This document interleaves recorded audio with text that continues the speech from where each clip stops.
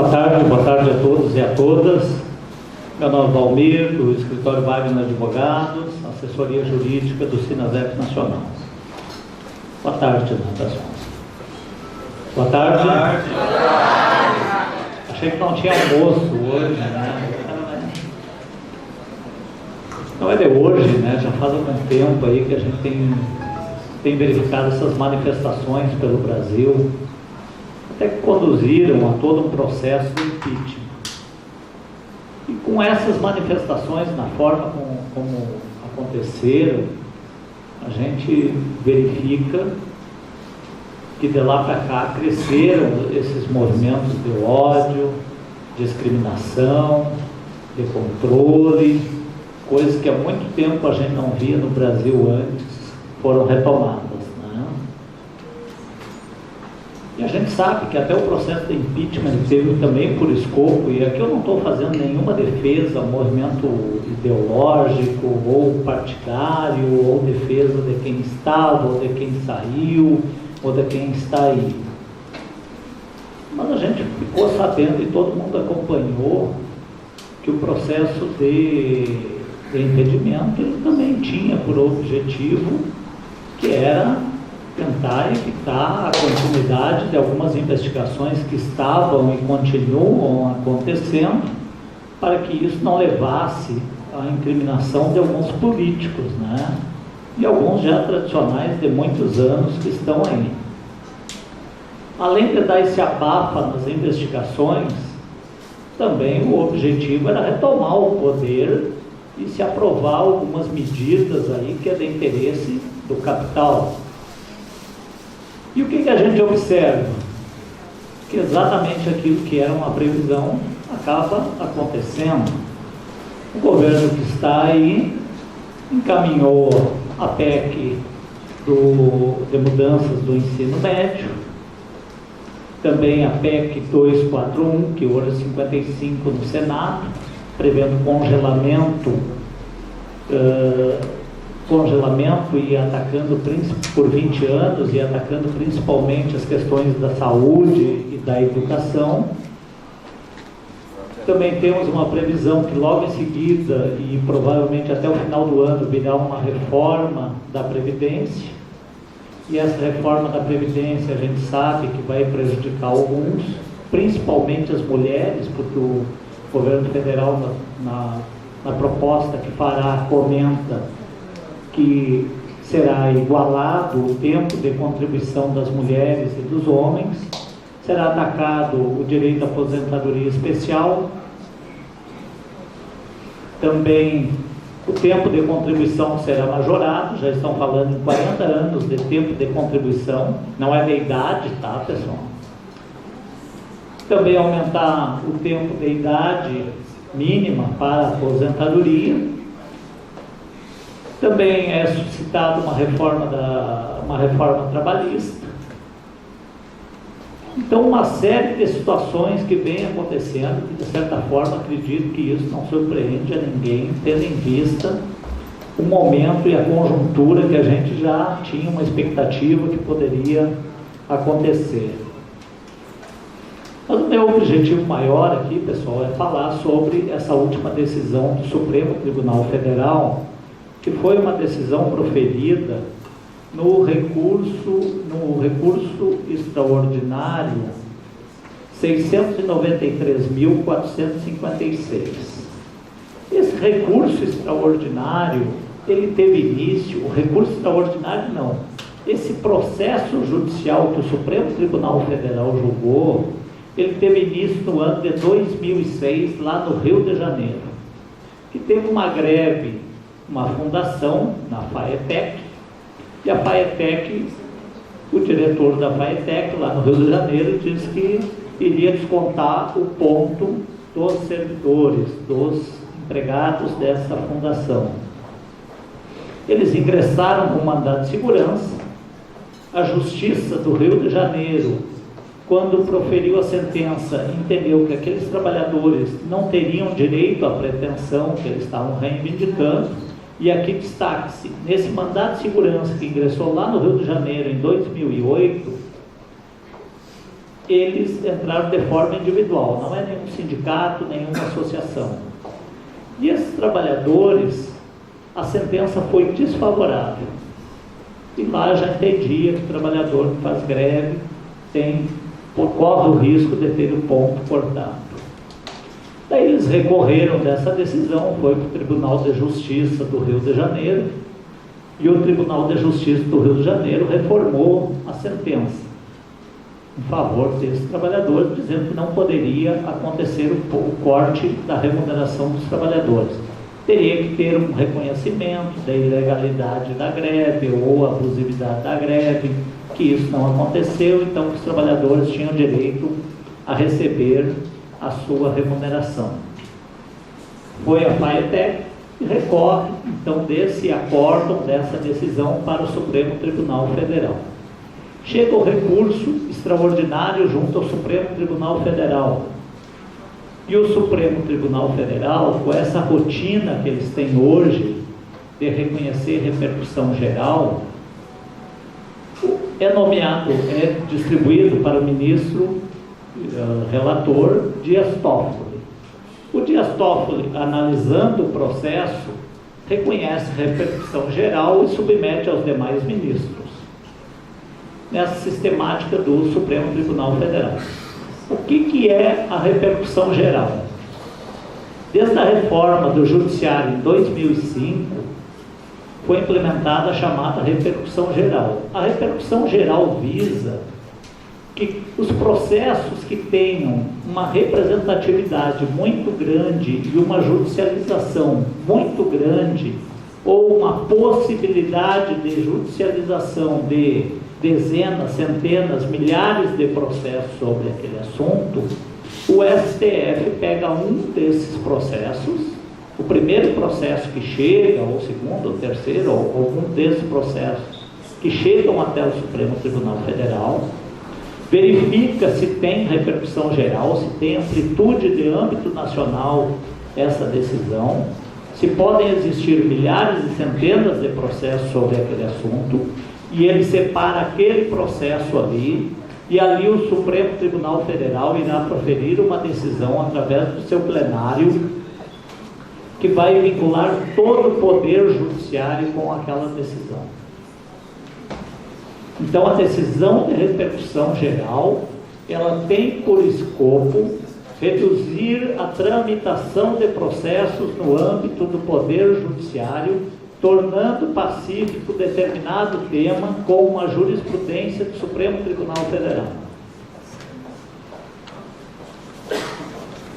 Bom, nesse processo aqui, que os servidores lá do Rio de Janeiro, da FAETEC, estavam reivindicando que não fosse cortado o ponto, quando chegou no Supremo Tribunal Federal, o STF reconheceu então a repercussão geral e tirou esse processo para discutir se teriam direito ou não ao corte de ponto, para fins de proferir uma decisão no âmbito do judiciário que vinculasse todo o poder judiciário. Esse julgamento do recurso extraordinário, ele começou no ano passado, na verdade. Hoje existem centenas de processos com repercussão geral junto ao Supremo Tribunal Federal sobre os mais diversos temas. Direito à indenização por falta de reajuste da database pelo governo federal.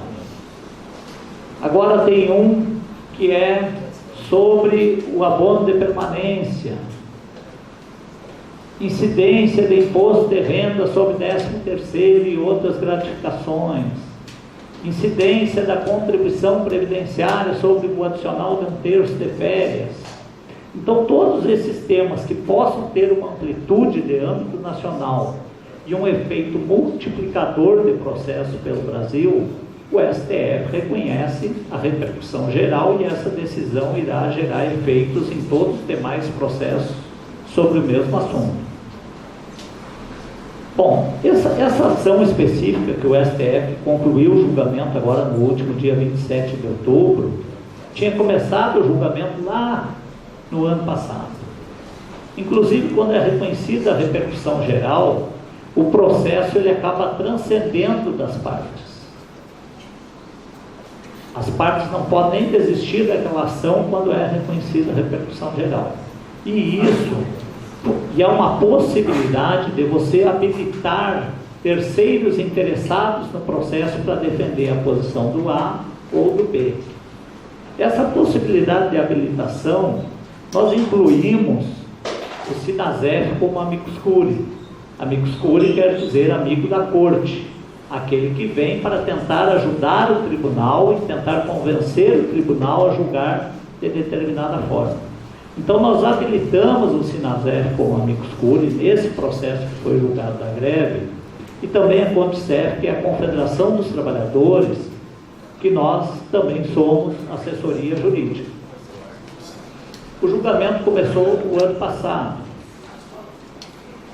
Pouco antes do julgamento, nós ligamos para os servidores que eram recorrentes nesse recurso extraordinário, conversando com o advogado deles, se o advogado deles iria vir a Brasília fazer sustentação oral. E o advogado informou que não.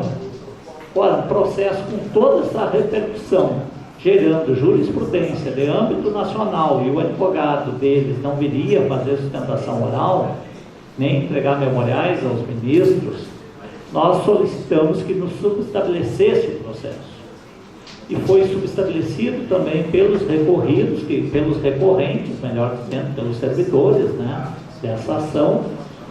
E quando o processo foi levado a julgamento, o Wagner, do escritório, inclusive, fez sustentação oral perante o Supremo Tribunal Federal, defendendo a posição dos servidores e também daqueles que eram os recorrentes. Iniciado logo após o julgamento, o ministro Dias Toffoli proferiu o voto dele, entendendo que servidor público que faz greve tem que ter seu ponto cortado, que não faz jus à remuneração do período de greve. Ato seguinte, quem proferiu o voto foi o ministro Edson Fachin, que é o último ministro que ingressou no Supremo Tribunal Federal, oriundo lá do Paraná, e ele entendeu de forma diversa, que não pode haver o corte de ponto se não for reconhecida a ilegalidade ou a abusividade da greve. Posteriormente foi a vez do ministro Roberto Barroso, e ele pediu vista do processo. E esse processo ficou parado até agora, quando foi colocado novamente em julgamento, no último dia 27. E esse processo foi julgado por 6 votos de 6 ministros ao entendimento que servidor público, quando faz greve, suspende o contrato de trabalho. E em razão dessa suspensão do contrato de trabalho, não há vinculação com uma instituição que obrigue a administração pública a efetuar o pagamento de salário nesse período, porque o contrato de trabalho é suspenso. A primeira coisa que eu queria destacar é que, de certa forma, essa decisão ela não causa surpresa. Primeiro, diante dos reiterados julgamentos que o STF tem realizado, não acolhendo o direito de trabalhadores. Isso aí não é um julgamento, não é um, não é 2, são vários. Então, sobre esse primeiro aspecto dessa reincidência em não acolher o direito de alguns dos trabalhadores, é que também não causa surpresa. Nós tivemos, só para citar alguns exemplos, em 2014 nós tivemos julgamento dos quintos do período de 98 a 2001. O próprio judiciário já tinha reconhecido o direito à incorporação de quintos de 91 a 2001 para os seus servidores. O Legislativo tinha feito a mesma coisa, reconhecendo o direito à incorporação de quintos de 98 a 2001. 2014, só o Executivo não tinha feito isso, não tinha reconhecido administrativamente. E a gente pelejando nas ações judiciais. O STF foi julgar um processo de repercussão geral e entendeu que os servidores não tinham direito à incorporação de quintos de 98 a 2001, sendo que já havia uma decisão administrativa deles. Outro item, também de 2014, prescrição do fundo de garantia. que o prazo na lei é 30 anos. O STF entendeu que se aplica a Constituição Federal 5 anos. Um outro item, bastante polêmico, contratação de OAS. O STF entendeu que é possível contratar OAS na área da educação e também da saúde. Prevalência do negociado sobre o legislado, ou seja, prevalece o que foi negociado e não a legislação. PDV com quitação total lá na iniciativa privada, que você negociou, aceitou um PDV, mesmo que tenha recebido, não tenha recebido todas as verbas trabalhistas, você não pode ir para o judiciário, questionar as diferenças. Cancelamento da súmula 277. O TST tinha editado a súmula 277, prevendo que lá na CLT, na iniciativa privada, se o acordo coletivo de trabalho ele não é negociado quando perde, quando vence o prazo, se prorroga até uma nova negociação de forma automática, até que haja negociação, você mantém todos os direitos trabalhistas. O ministro Gilmar Mendes, há poucos dias, revogou a súmula 277, pelo menos fez o cancelamento. Nulidade da desaposentação, principalmente do INSS.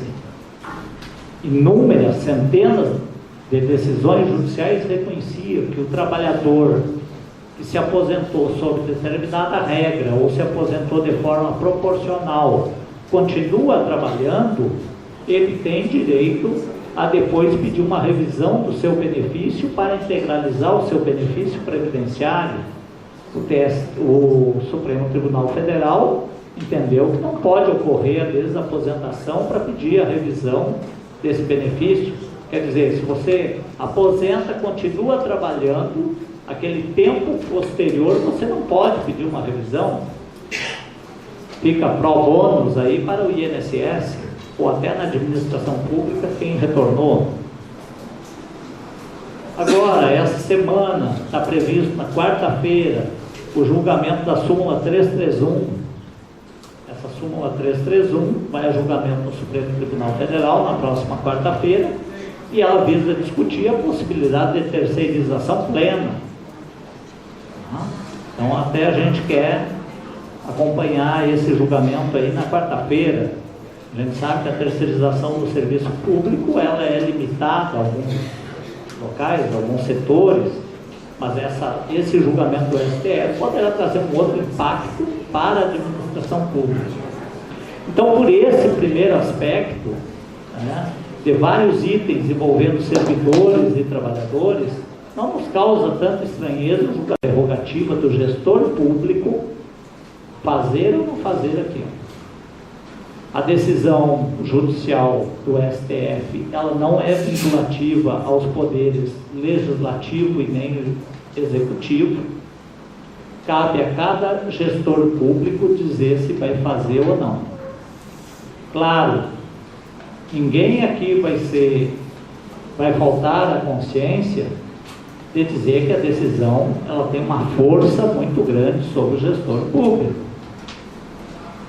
Mas aqui também tem que ter a força política do movimento, no sentido de se fazer essa negociação.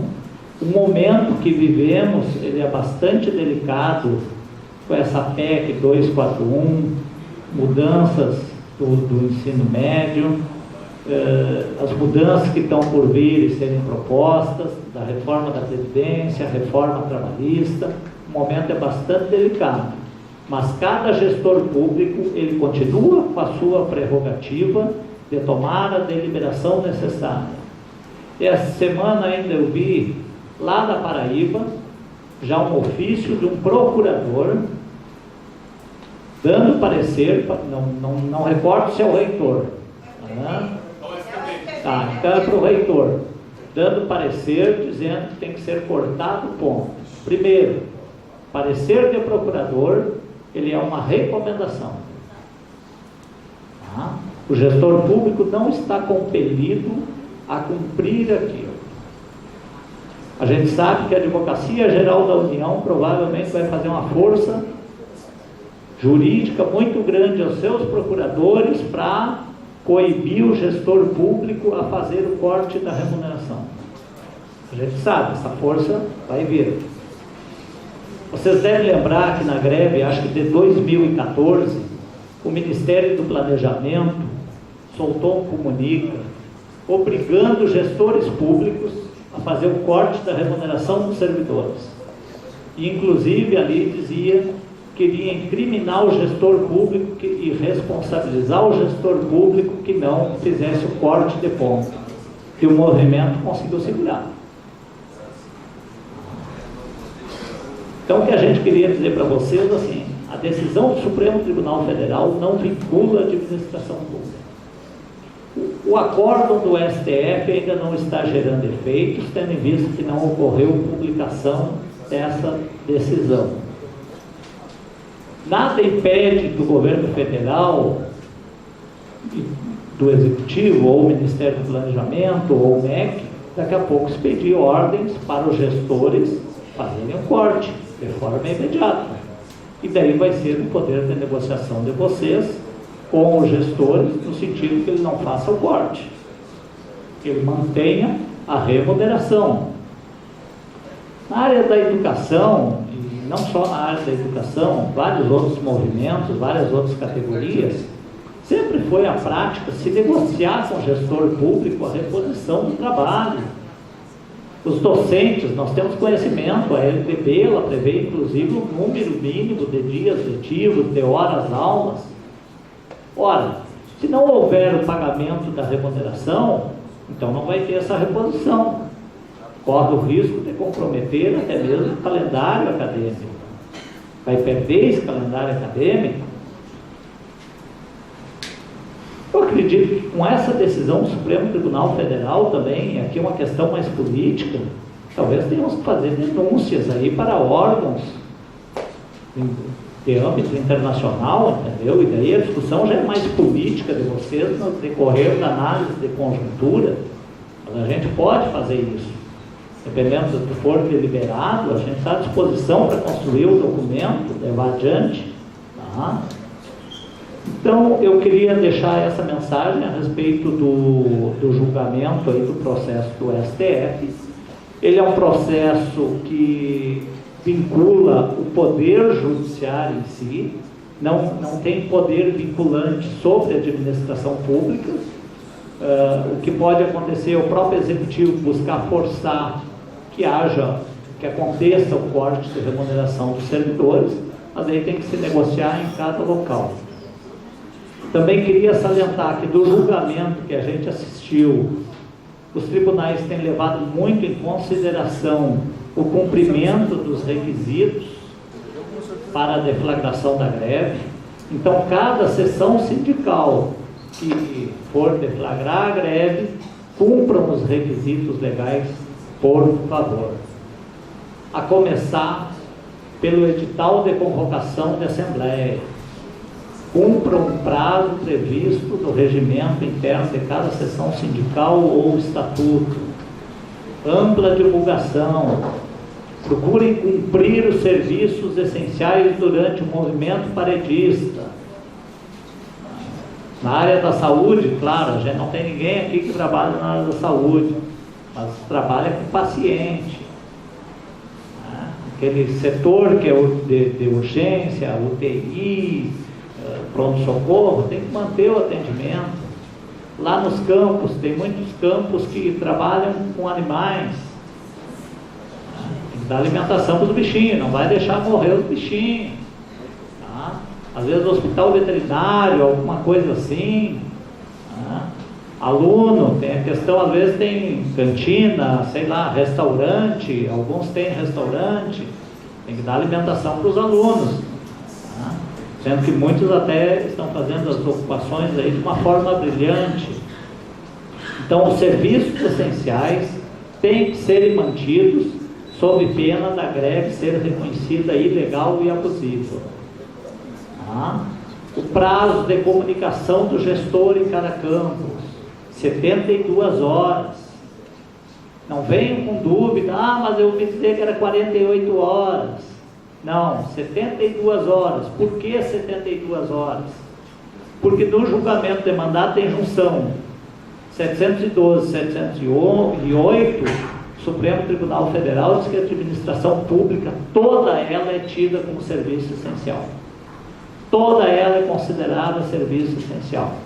Então, por via das dúvidas, pessoal, comuniquem com 72 horas de antecedência o gestor. Se fizer um comunicado com um prazo menor, corre o risco da ilegalidade e abusividade da greve. Então, tomem as cautelas, pequem nas cautelas pelo excesso e não por achar que tem que ser o menos. A gente sabe que às vezes até algumas sessões sindicais chamam uma greve, fazem uma assembleia, delibera por greve e dali o pessoal já quer sair direto para a greve. Não é assim que funciona. Tá? Tem que comunicar o gestor, tem que cumprir o prazo. Esse prazo, inclusive, é para a própria administração pública que consiga se organizar na continuidade do serviço, comunicar à população que o movimento grevista irá começar. Tá? Então, o que a gente pede, outra situação que eu queria destacar, é importante, a gente sabe que alguns gestores têm uma habilidade maior de negociar com o movimento e muitas vezes até não fazer o corte do ponto. Tem que procurar manter isso, pressionar o gestor, conversar com o gestor para não fazer o corte de ponto. Não conseguindo, e a gente sabe que alguns são maldosos e vão dizer que tem que cumprir a famigerada decisão do STF, que inclusive nem foi publicada, mas alguns estão com muita vontade, muita sede de fazer isso, né? Alguns vão fazer isso. Procure então que a questão seja levada para o Conselho Superior. O Conselho Superior tem diretores, tem docentes, tem técnicos administrativos, tem alunos. Tá? Então, para encerrar, e tem que ter estratégias também de como é que você vai fazer essa negociação. Em linhas gerais, era isso que eu queria comunicar a vocês, que o STF tomou essa decisão. Faz algumas ressalvas, né, dizendo que quando a administração está agindo por ato ilícito, isso motiva a não fazer o desconto do ponto, e nós também vamos ter que estudar, assim que tiver todos os acórdãos, todos os votos dos ministros juntados ao processo, nós vamos, enquanto assessoria jurídica do Sinasef Nacional e de todos vocês, procurar estudar alternativas no sentido de viabilizar, se for necessário, a continuidade do movimento sem desconto de ponto através de decisões judiciais. O que eu quis dizer com isso? A gente está estudando ainda a possibilidade de processos. Nos ofícios de comunicação, e eu me comprometo aqui, até segunda-feira, a gente está passando o informe, aqueles ofícios mais padronizados que a gente encaminhava, até como modelo para as sessões sindicais, comunicarem a deflagração de greve, acredito que a gente tem que mudar um pouco aquela formatação e enfatizar mais que o movimento, que a seção sindical está à disposição, já informar que no final do movimento, no encerramento do movimento, será reposto o trabalho e também está à disposição para negociar essa reposição do trabalho, para a gente mostrar que o servidor tem interesse em fazer esse acordo de reposição tão logo o fechamento do movimento grevista, para a gente deixar uma brecha e talvez pegar algum juiz mais sensível. Talvez não, eu tenho esperança que muitos juízes ainda continuem dando liminar, caso a gente haja dessa forma. Tá? Então acredito que a gente tem que mudar um pouco o ofício, enfatizar as sessões sindicais desse ofício, comunicando o gestor que os serviços essenciais continuarão sendo atendidos e que também a seção sindical está à disposição para negociar a reposição dos dias de greve ou do trabalho, coisa assim, para a gente já deixar uma brecha que da nossa parte nós temos interesse de fazer a reposição, estamos buscando o acordo quanto a isso e possibilitar que os juízes em cada local aí conceda liminar, caso necessário seja. A primeira alternativa não é ficar esperando com o processo judicial para resolver tudo. Até porque a situação está bastante complicada no âmbito do judiciário. Mas sim é tentar segurar politicamente. Isso aí os senhores e senhoras, melhor do que eu, com conhecimento muito mais politizado do que eu, já passaram por inúmeras experiências, inúmeras dificuldades, e acredito que tem que tentar segurar mesmo no âmbito da administração pública. Tá? Então tá bom, pessoal, acredito que era isso que eu tinha que esclarecer. A respeito da PEC 241, a gente fez um parecer, disponibilizamos aí para o Sinasef, entendemos pela inconstitucionalidade, está em votação pública, é importante que todo mundo entre lá na votação e vote contra. Né? Não sei se tem alguém aqui que é a favor da PEC 241, queria... mas aparece, né? Às vezes tem alguém infiltrado. Queria parabenizar todo o movimento dos alunos aí que estão fazendo um movimento maravilhoso em âmbito nacional, puxando isso. O que seria de nós nessa movimentação aí em prol dos trabalhadores se não fossem os alunos, tá? Então, parabéns aos estudantes em âmbito nacional, muita força. A gente sabe que esse movimento Escola Sem Partido também tem causado algumas represálias aí, várias tentativas.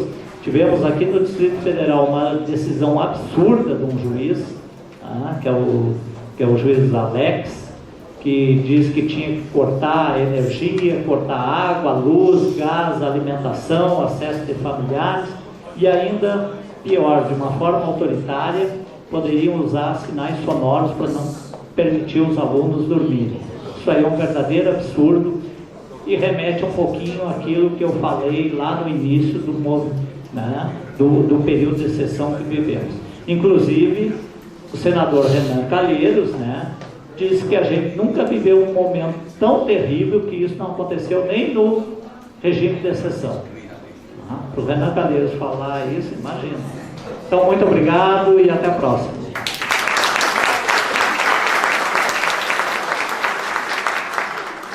A mesa tem a proposta de que a gente faça algumas, que a plenária possa fazer algumas intervenções.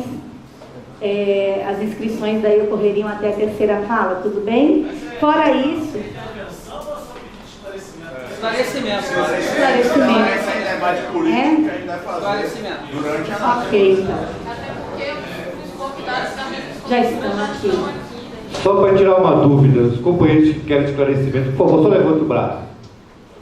Só 2, tá bom, vai para cá, então. 3. Na segunda fala não tem mais. Só os 3. Tá, beleza. Então, por favor, os outros 2 lá que chegam aqui para frente. Alvir tá aí, beleza? Boa tarde, eu sou natural de Santa Maria, sou sindicalizado na seção São Gabriel da Cachoeira, no Amazonas, e atualmente estou morando em Manaus.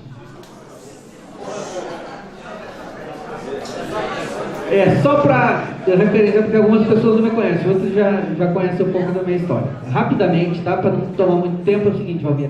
Lá em São Gabriel da Cachoeira a gente fez uma greve, comunicou ao diretor, aí o diretor habilmente conseguiu fazer o quê? Desmobilizar todo o comando de greve, porque ele disse que tinha que avisar a comunidade.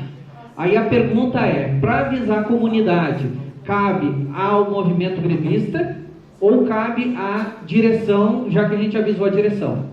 Então é essa a pergunta. Na divulgação da greve foi decidida, foi avisado por 72 horas da direção, a direção desmobilizou todo mundo porque ela disse, não está valendo esse aviso porque tem que avisar por 72 horas a comunidade. Tá certo? Então a pergunta é essa, a quem cabe o aviso de 72 horas? A direção e a comunidade ou só a direção? Amaral. E depois uma companheira aqui que levantou o braço, você, Clark, né?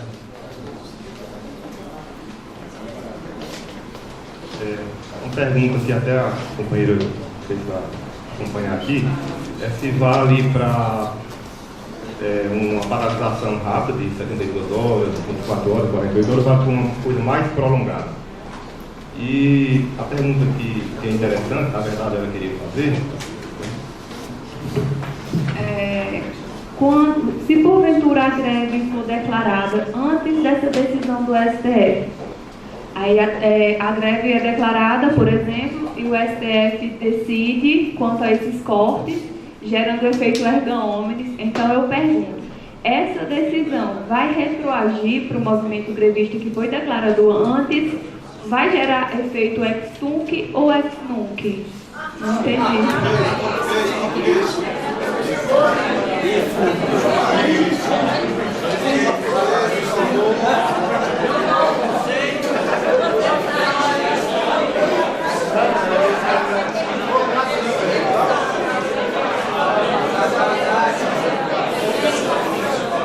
Vamos lá, gente.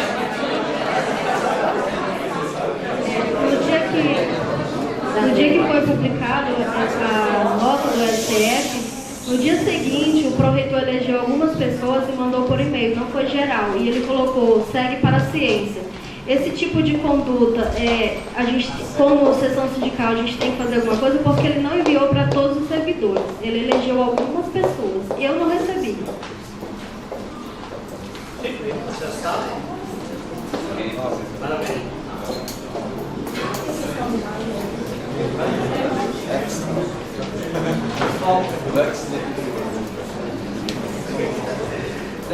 Oi.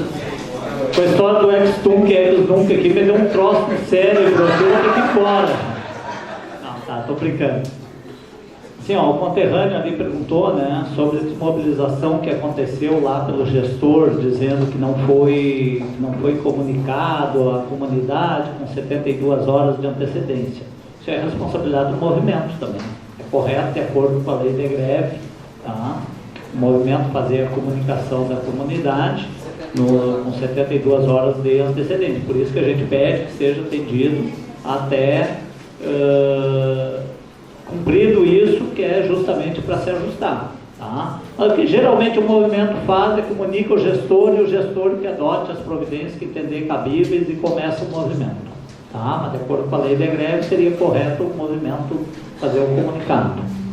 E outra coisa, não cabe ao gestor fazer análise de legalidade ou abusividade da greve. Isso aí é incorreto para buscar desqualificar o movimento. Tá? Tem que chegar para eles e dizer assim, o senhor entende que tem alguma coisa aí que é regular, ajuiza a ação da justiça. Vai para a justiça, então, que é o judiciário que vai dizer se é ou não. Tá? Então essa coisa, essa pressão, é aquilo que eu falei, né? Tem sempre o meu malvado favorito lá, que ele tenta desarticular o movimento e vai ter muito isso. O sujeito está gestor hoje, mas amanhã ele está lá também querendo participar da greve e também é servidor. Né? Então tem que ter a sensibilidade quanto a isso. Paralisação rápida, né? Paralisação rápida mesmo de um dia é considerado greve. Só que é uma paralisação de um dia. Também tem que ter a comunicação do gestor, dentro do prazo hábil. Também há o risco de corte daquele período, ali, se não houve reposição, negociação de reposição. Então, qualquer forma de paralisação, um dia, 2 dias, uma semana, ou por prazo determinado, sendo paralisação, também é considerada greve. Tá? Agora, a respeito da pergunta ex-tunc, ex-nunc. O que é o ex-tunc? O ex-tunc tem que retroagir. O nunc não retroage, gera efeitos dali para frente. Tá? Então a colega lá perguntou, é colega, né? Porque perguntar esse termo jurídico aí tem que... É abrir um livro de direito. Tá? Então se começar a greve hoje e a decisão do STF, ela retroage ou não, ela pode retroagir.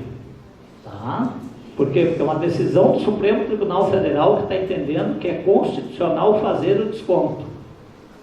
Ou seja, a interpretação do STF é que diz que a Constituição permite isso, através da legislação. O servidor pode fazer greve. A gente até discute isso, onde é que está a constitucionalidade. E quem for curioso, né, ontem eu fui dormir 1h da manhã porque eu estava assistindo de novo no YouTube a votação dos ministros do STF sobre essa questão aqui do desconto. Eu até aconselho, quando vocês não tiverem nada para fazer, assim, quando chega em casa e a esposa briga com o cara e o cara tem que ficar num canto meio quieto, né, ou o contrário, o marido briga com a esposa e tem que ir lá para um canto, de repente pega o notebook lá, pesquisa no YouTube, onde é que está a votação lá no Supremo Tribunal Federal. São 3 horas e 26 minutos de julgamento, dessa segunda parte aí, não do ano passado. E lá teve algumas coisas bem interessantes que a gente vê. O ministro Barroso, que iniciou a votação, ele queria fazer, na hipótese das exceções, que o gestor não poderia, nas exceções daquilo, quando é culpa da administração pública, o ministro Barroso estava propondo que o desconto da remuneração não fosse integral, mas fosse apenas 50% da remuneração do servidor. Porque se a administração pública está dando causa àquela greve, então o desconto não poderia ser integral.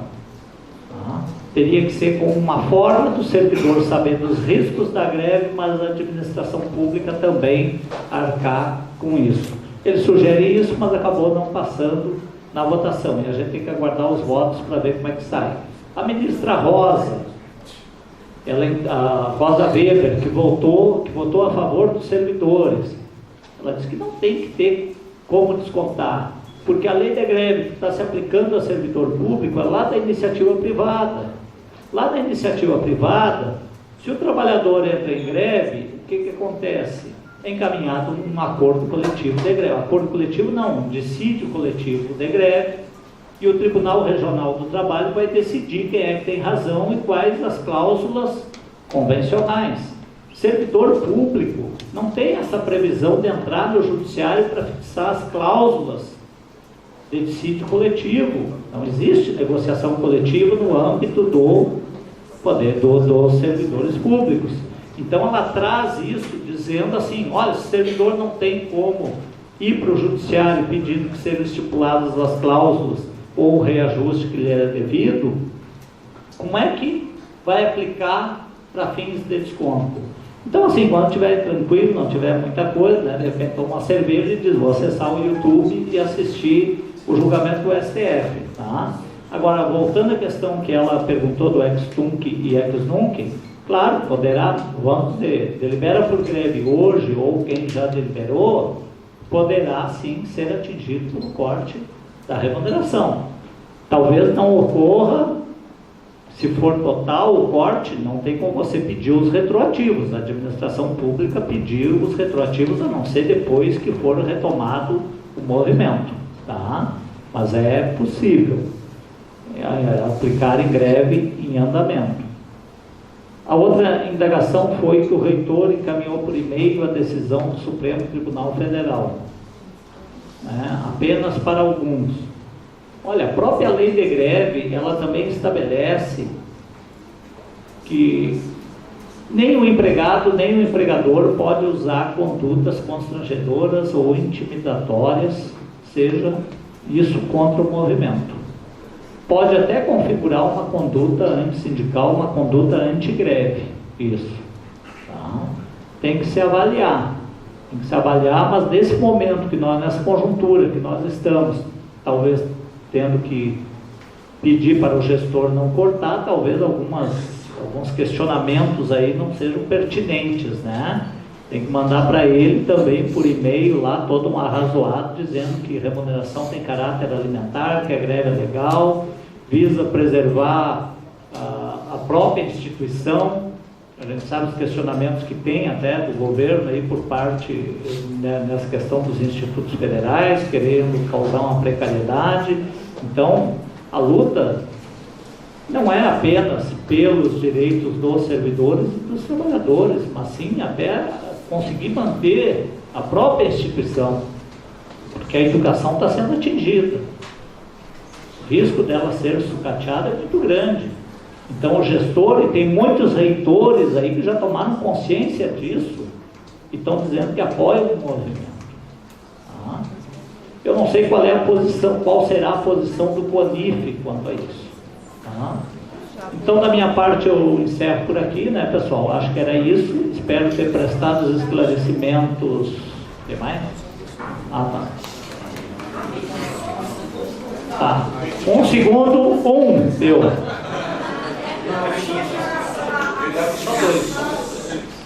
que movimento é que tem que fazer, o site do sindicato pode suprir é suficiente, porque eu tenho uma posição, penso que não, ou talvez uma publicação no jornal, aí sempre que a gente faz para a Assembleia Geral, ou se a gente manda para o site da instituição, alguma coisa dessa natureza.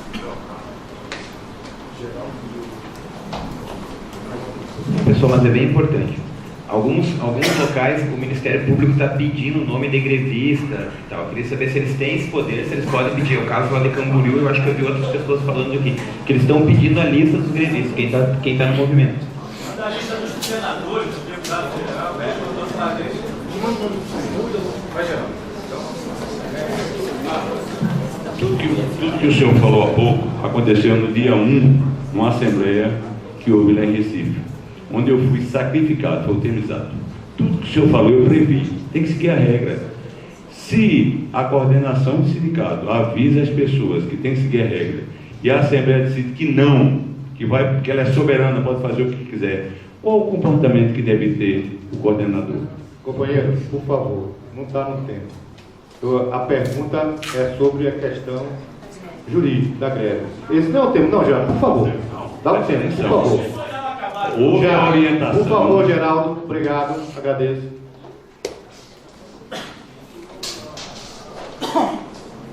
Bem, lá em Alagoas, né, foi feita a pergunta, lá em Alagoas não, Banheiro de Alagoas, e o pessoal de Alagoas não convida nem a gente para tirar uns 2 meses lá, né, pessoal, em Maceió, né?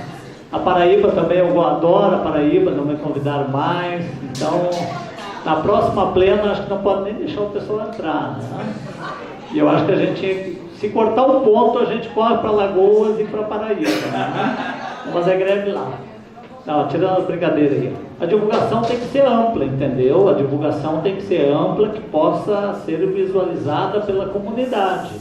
Às vezes publicar em algum jornal de circulação é recomendável para que a população tenha acesso e quando houver um questionamento que nem foi levantado, e que questionamento pelo gestor, né?